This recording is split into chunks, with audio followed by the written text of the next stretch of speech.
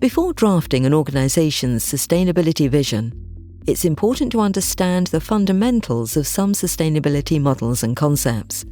In this chapter, we'll explore these. The models we'll outline in this chapter should be considered in terms of the impact an organization's activities will have on three key areas. The first is the supply chain, or upstream. The second is operations, or in-house.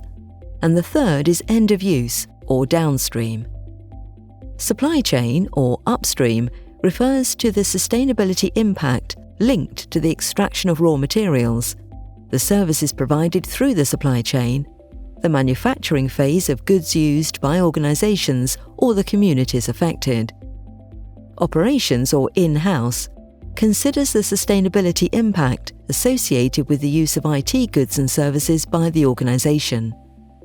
This could include, for example, the water consumed by a data center's evaporative cooling systems, carbon emissions produced by running IT hardware, the amount of print produced in an organization, or the working hours of employees to deliver services.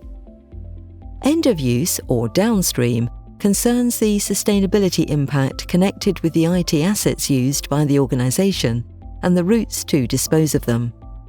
These assets may still have value for the community.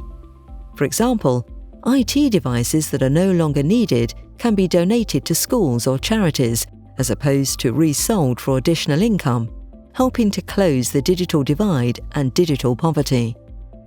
It's important for the organization to be aware of these aspects in order to ensure a holistic approach to its activities and the effect they have on the organization's level of sustainability.